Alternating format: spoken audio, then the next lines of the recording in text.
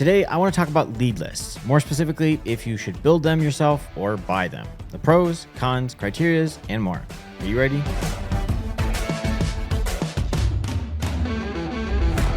If you're tired of chasing dead-end leads and struggling to meet targets, a lead list is just what you need to rev up your sales engine.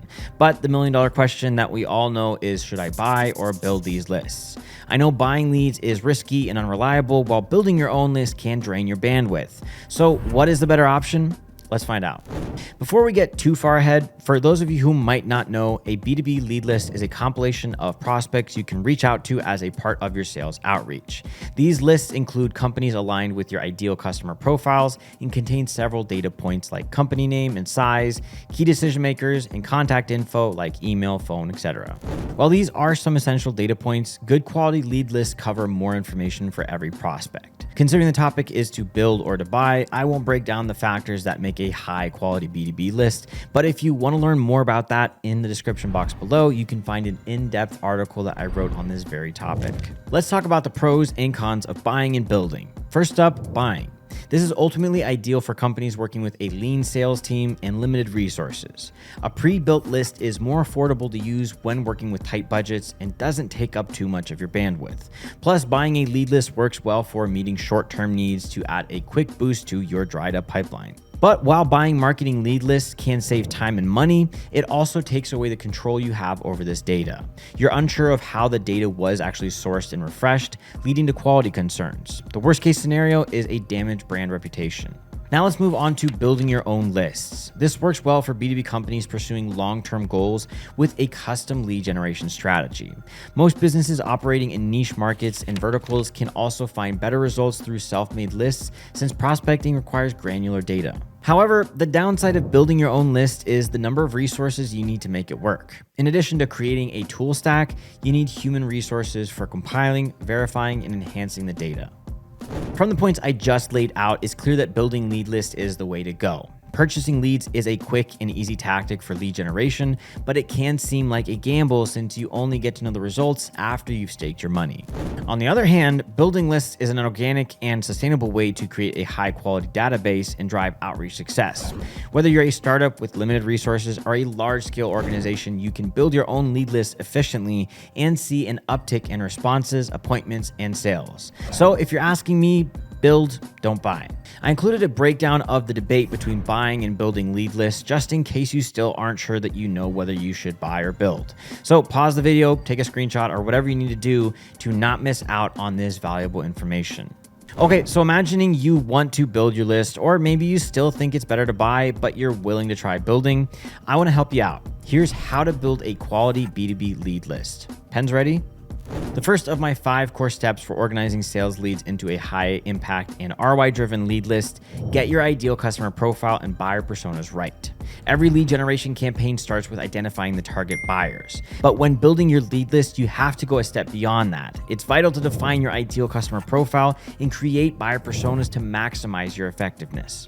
The ICP will clarify the best fit clients for your business, and your buyer personas will help your sales team understand the ICP better. Together, these two components will outline the key characteristics of your ideal prospects, like what industries do they operate in, what's the size of the companies that they work for, what are their revenue numbers and targets, or what are their pain points, challenges, and goals. To zero in on your ICP and buyer personas, follow these 3 steps. Create multiple ICPs and run A/B tests to determine the ones promising the highest potential for success.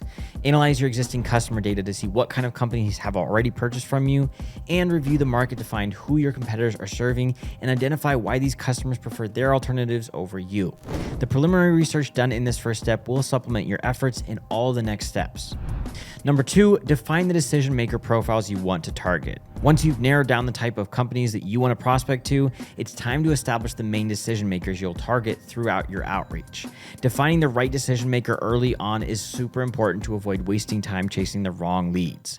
It will also increase your chances of securing a response or an appointment because you can deliver a hyper-personalized pitch message.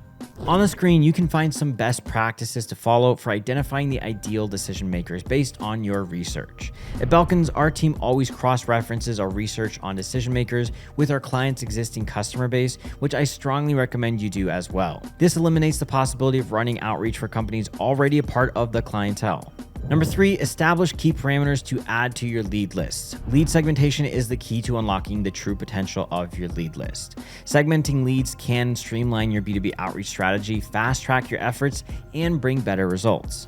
A few parameters for segmenting your lead list could be demographics, sales triggers, and technographics.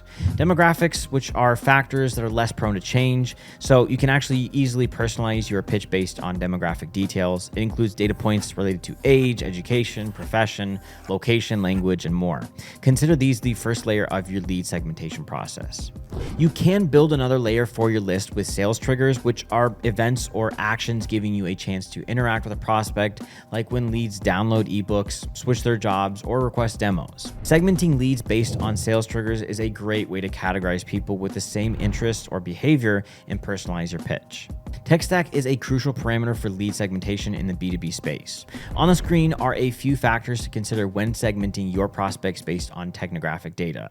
Our team at Belkins works with a hyper-focused approach to lead generation research and list building. We top it off with thorough data enrichment to ensure our lead lists are as detailed as possible. Number 4, build a robust tech stack to search, filter, and collect data. Once you've done all the legwork, how do you actually start sourcing, storing, and analyzing leads for your list? Well, with a solid tech stack. Without the right sales tools, building lead lists can be challenging, and this might naturally slow down your outreach efforts as well. To best equip your sales team with top-notch tech stacks and accelerate the list building process, you can find our favorite tools to use here at Belkins on the screen. Your tech stack can make or break your list building efforts. Invest extra time in research and testing to pick the best tools that fit you best. And to finish things off, create workflows to analyze, validate, and refresh your list. The final pit stop in creating B2B lead lists is fine-tuning it for final use. This is a critical step because the quality of your leads depend directly on your analysis, validation, refresh workflow. 3 best practices to implement from me to you: analyze, validate, and refresh. At Belkins, we offer our clients the unique advantage of working with a dedicated lead researcher. This professional manually conducts prospect research and validates all of the data using the best-in-class tools. Well, I'll finish on that note. I know that building lead lists can seem tedious and daunting to many sales folks, but all of your effort will pay dividends through a soaring lead conversion rate and rising revenue. To learn even more about building lists, check out our courses on lead research and BDR mastery, links below. If you have any questions, drop us a comment. Don't forget to subscribe, and it's time for me to get this show on the road.